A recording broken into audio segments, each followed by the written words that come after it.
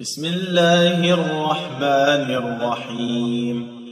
الحمد لله الذي أنزل على عبده الكتاب ولم يجعل له عوجا قيما لينذر بأسا شديدا من لدنه ويبشر المؤمنين الذين يعملون الصالحات أن لهم أجرا حسنا ماكثين فيه أبدا وينذر الذين قالوا اتخذ الله ولدا ما لهم به من علم ولا لآبائهم كبرت كلمة تخرج من أفواههم إن يقولون إلا كذبا فلعلك باخع نفسك على آثارهم إن لم يؤمنوا بهذا الحديث أسفا إنا جعلنا ما على الأرض زينة لها لنبلوهم أيهم أحسن عملا وإنا لجاعلون ما عليها صعيدا جرزا أم حسبت أن أصحاب الكهف والرقيم كانوا من آياتنا عجبا إذ أوى الفتية إلى الكهف فقالوا ربنا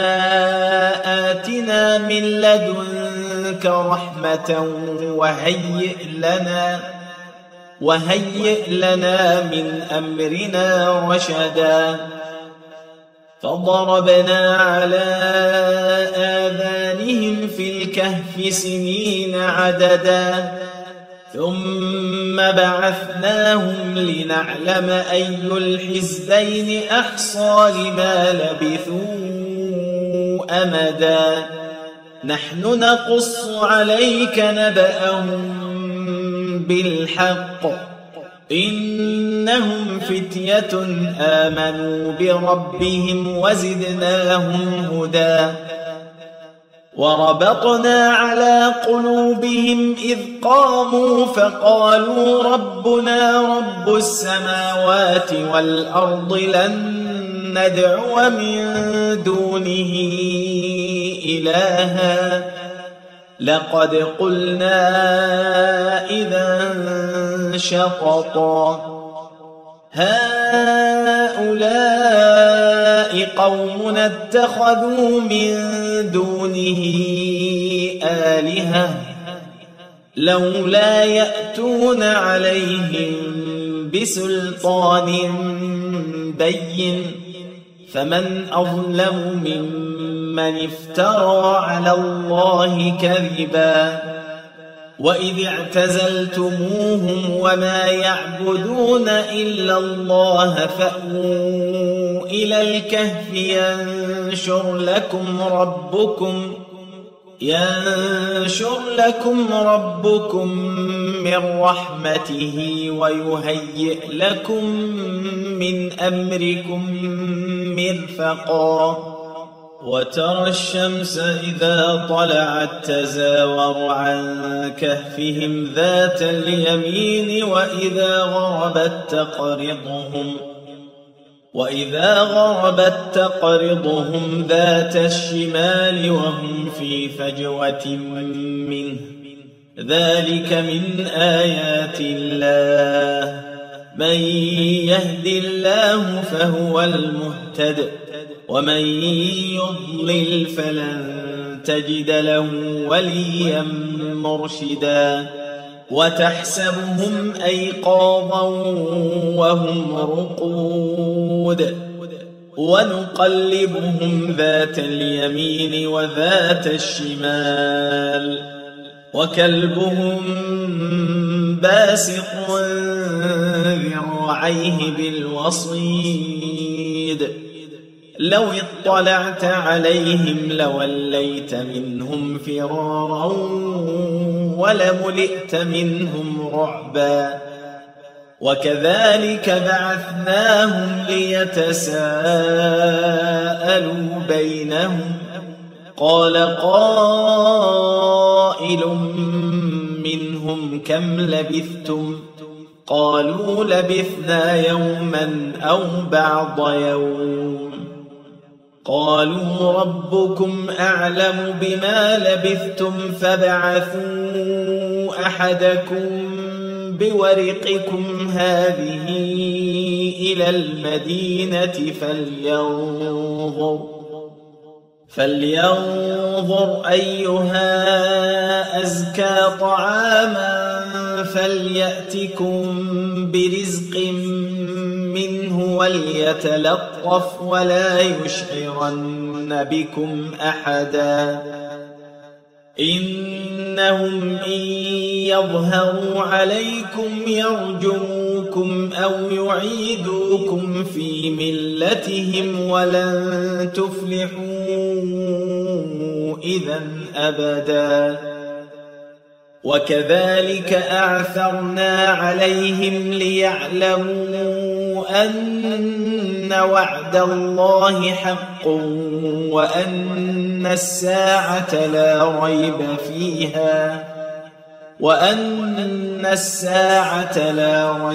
فيها إذ يتنازعون بينهم أمرهم فقالوا ابنوا عليهم بنيانا ربهم أعلم بهم قال الذين غلبوا على أمرهم لنتخذن عليهم مسجدا سيقولون ثلاثة رابعهم كلبهم ويقولون خمسة سادسهم كلبهم رجما بالغيب ويقولون سبعة وثامنهم كلبهم قل ربي أعلم بعدتهم ما يعلمهم إلا قليل فلا تمار فيهم إلا مراء ظاهرا ولا تستفت فيهم منهم أحدا ولا تقولن لشيء إني فاعل ذلك غدا إلا أن يشاء الله واذكر ربك إذا نسيت وقل عسى أن يهديني ربي لأقرب من هذا رشدا ولبثوا في كهفهم 300 سنين وازدادوا 9 قل الله أعلم بما لبثوا له غيب السماوات والأرض أبصر به وأسمع ما لهم من دونه من ولي ولا يشرك في حكمه أحدا واتل ما أوحي إليك من كتاب ربك لا مبدل لكلماته ولن تجد من دونه ملتحدا واصبر نفسك مع الذين يدعون ربهم بالغداة والعشي يريدون وجهه ولا تعد عيناك عنهم تريد زينة الحياة الدنيا ولا تطع من أغفلنا قلبه عن ذكرنا واتبع هواه وكان أمره فرطا وقل الحق من ربكم فمن شاء فليؤمن ومن شاء فليكفر إنا أعتدنا للظالمين نارا أحاط بهم سرادقها وإن يستغيثوا يغاثوا بماء كالمهل يشوي الوجوه بئس الشراب وساءت مرتفقا إن الذين آمنوا وعملوا الصالحات إنا لا نضيع أجر من أحسن عملا أولئك لهم جنات عدن تجري من تحتهم الأنهار يحلون فيها من أساور من ذهب ويلبسون ثيابا خضرا من سندس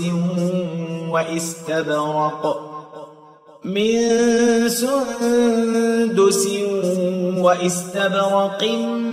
متكئين فيها على الأرائك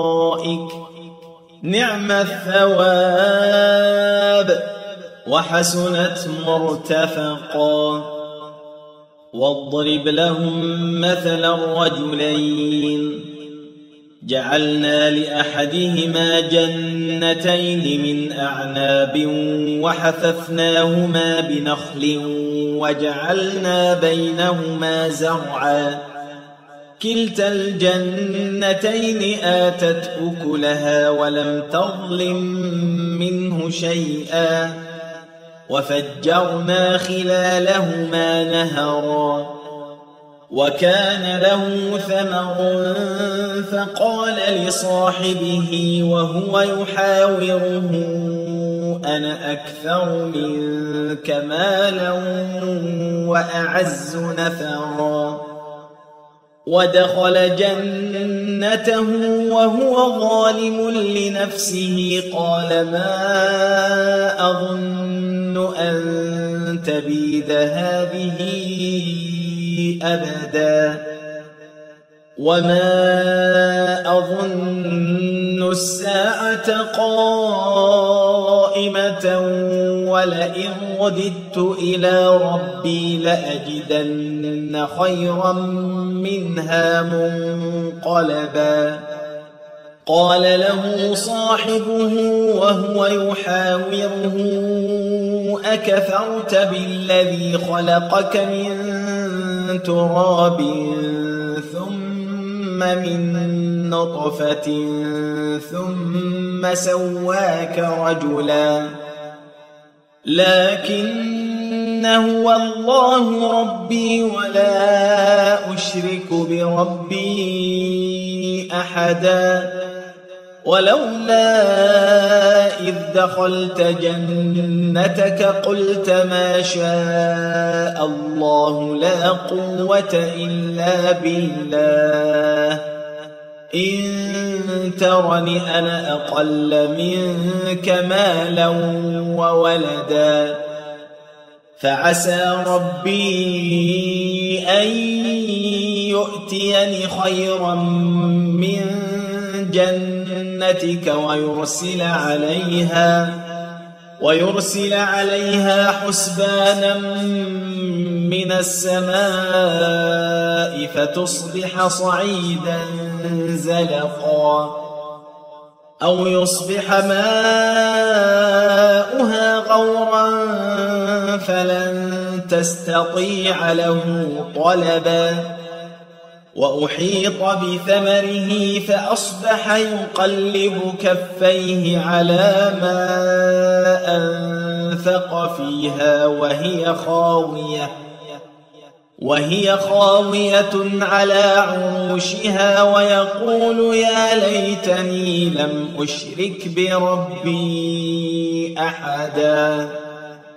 ولم تكن له فئة ينصرونه من دون الله وما كان منتصرا هنالك الولاية لله الحق هو خير ثوابا وخير عقبا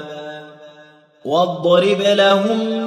مثل الحياة الدنيا كماء إن أنزلناه من السماء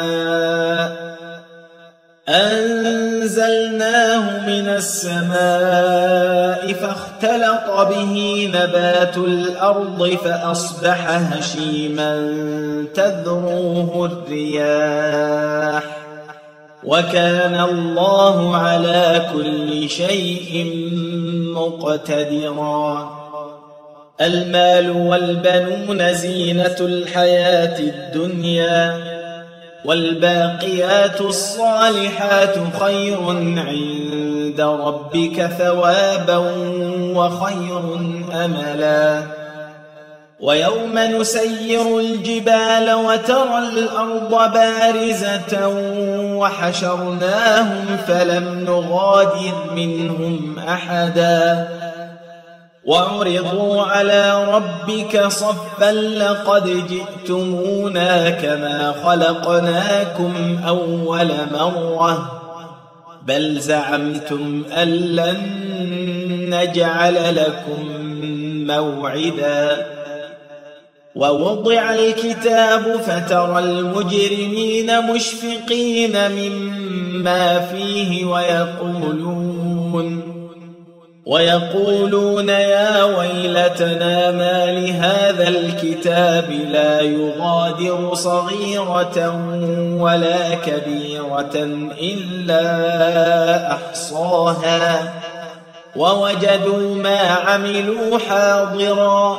ولا يظلم ربك أحدا وإذ قلنا للملائكة اسجدوا لآدم فسجدوا إلا إبليس كان من الجن ففسق عن أمر ربه أفتتخذونه وذريته أولياء من دوني وهم لكم عدو بئس للظالمين بدلا ما أشهدتهم خلق السماوات والأرض ولا خلق أنفسهم وما كنت متخذ المضلين عضدا ويوم يقول نادوا شركائي الذين زعمتم فدعوهم فلم يستجيبوا لهم وجعلنا بينهم موبقا ورأى المجرمون النار فظنوا أنهم مواقعوها ولم يجدوا عنها مصرفا ولقد صرفنا في هذا القرآن للناس من كل مثل وكان الإنسان أكثر شيء جدلا وما منع الناس أن يؤمنوا إذ جاءهم الهدى ويستغفروا ربهم إلا أن تأتيهم سنة الأولين أو يأتيهم العذاب قبلا وما نرسل المرسلين إلا مبشرين ومنذرين ويجادل الذين كفروا بالباطل ليدحضوا به الحق واتخذوا آياتي وما أنذروا هزوا ومن أظلم ممن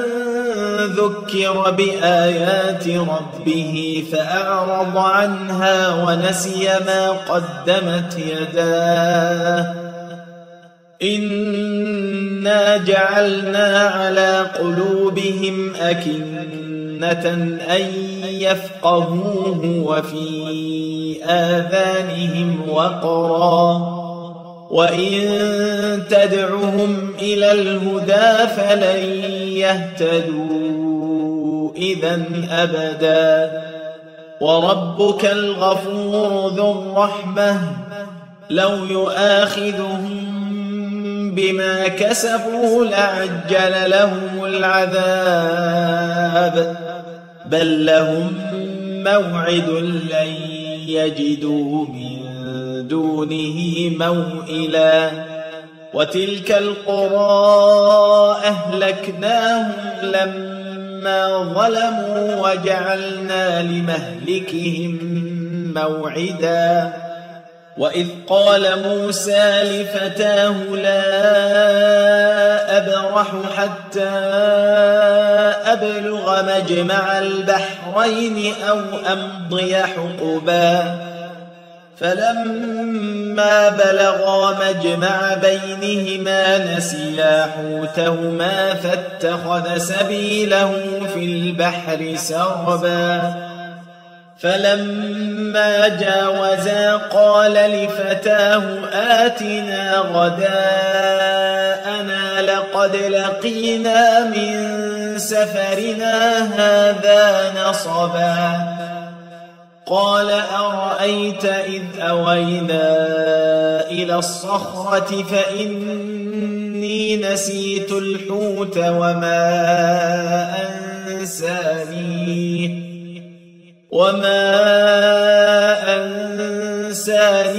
إلا الشيطان أن أذكره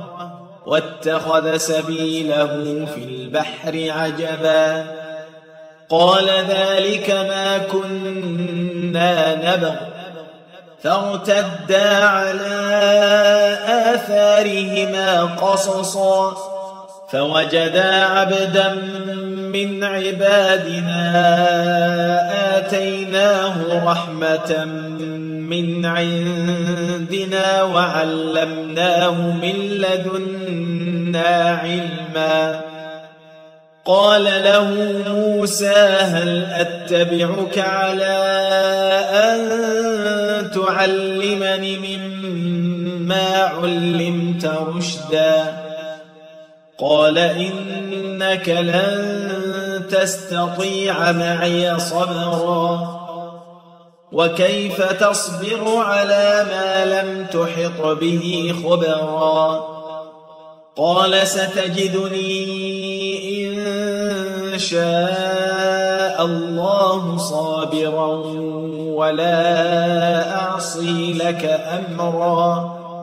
قال فإن اتبعتني فلا تسألني عن شيء حتى أحدث لك منه ذكرا فانطلقا حتى إذا ركبا في السفينة خرقها قال أخرقتها لتغرق أهلها لقد جئت شيئا إمرا قال ألم أقل إنك لن تستطيع معي صبرا قال لا تؤاخذني بما نسيت ولا ترهقني من أمري عسرا فانطلقا حتى إذا لقيا غلاما فقتله قال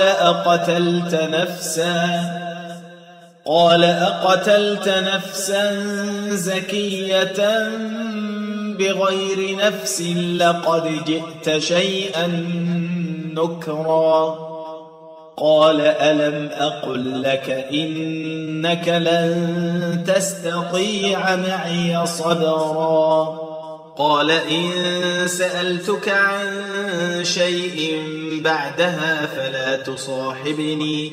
قد بلغت من لدني عذرا فانطلقا حتى إذا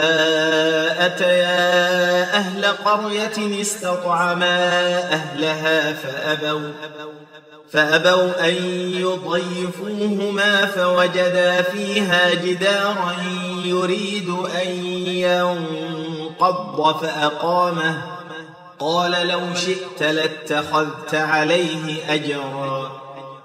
قال هذا فراق بيني وبينك سأنبئك بتأويل ما لم تستطع عليه صبرا أما السفينة فكانت لمساكين يعملون في البحر فأردت أن أعيبها وكان وراءهم ملك يأخذ كل سفينة غصبا وأما الغلام فكان أبواه مؤمنين فخشينا أن يرهقهما طغيانا وكفرا فأردنا أن يبدلهما ربهما خيرا منه زكاة وأقرب رحما وأما الجدار فكان لغلامين يتيمين في المدينة وكان تحته كنز لهما وكان أبوهما صالحا فأراد ربك أن يبلغا أشدهما ويستخرجا كنزهما رحمة من ربك وما فعلته عن أمري ذلك تأويل ما لم تسطع عليه صبرا ويسألونك عن ذي القرنين قل سأتلو عليكم منه ذكرا إنا مكنا له في الأرض وآتيناه من كل شيء سببا فأتبع سببا حتى إذا بلغ مغرب الشمس وجدها تغرب في عين حمئة ووجد عندها قوما قلنا يا ذا القرنين إما أن تعذب وإما أن تتخذ فيهم حسنا قال أما من ظلم فسوف نعذبه ثم يرد إلى ربه فيعذبه عذابا نكرا وأما من آمن وعمل صالحا فله جزاء الحسنى وسنقول له من أمرنا يسرا ثم أتبع سببا حتى إذا بلغ مطلع الشمس وجدها تطلع على قوم لم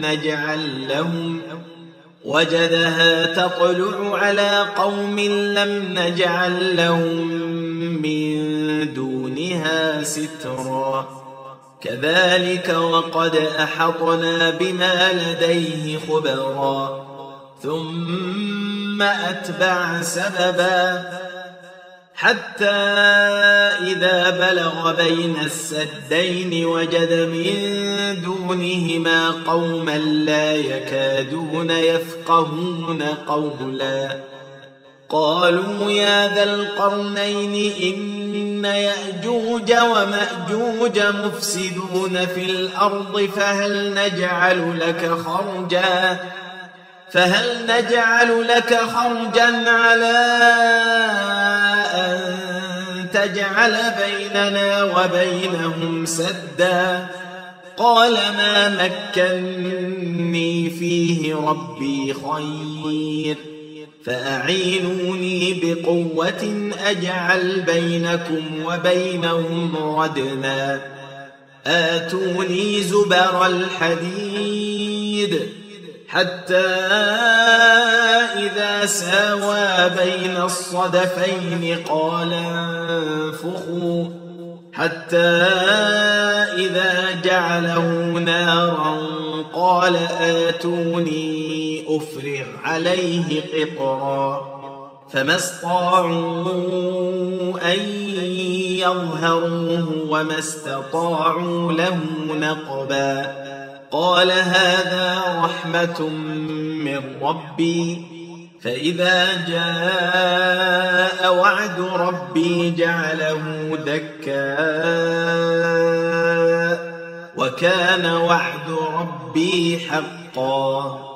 وتركنا بعضهم يومئذ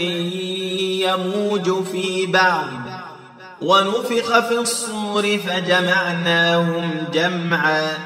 وعرضنا جهنم يومئذ للكافرين عرضا الذين كانت أعينهم في غطاء عن ذكري وكانوا لا يستطيعون سمعا أفحسب الذين كفروا أن يتخذوا عبادي من دوني أولياء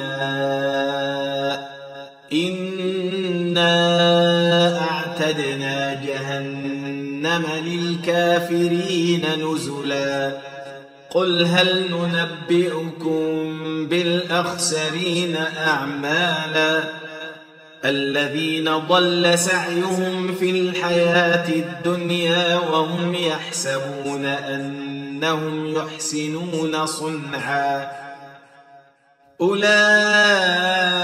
الذين كفروا بآيات ربهم ولقائه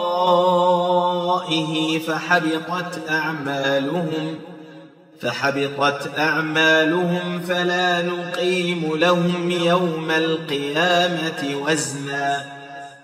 ذلك جزاؤهم جهنم بما كفروا واتخذوا آياتي ورسلي هزوا إن الذين آمنوا وعملوا الصالحات كانت لهم جنات الفردوس نزلا خالدين فيها لا يبغون عنها حولا قل لو كان البحر مدادا لكلمات ربي لنفد البحر قبل أن تنفد كلمات ربي ولو جئنا بمثله مددا قل إنما أنا بشر مثلكم يوحى إلي أنما إلهكم إله واحد فمن كان يرجو لقاء ربه فليعمل عملا صالحا ولا يشرك بعبادة ربه أحدا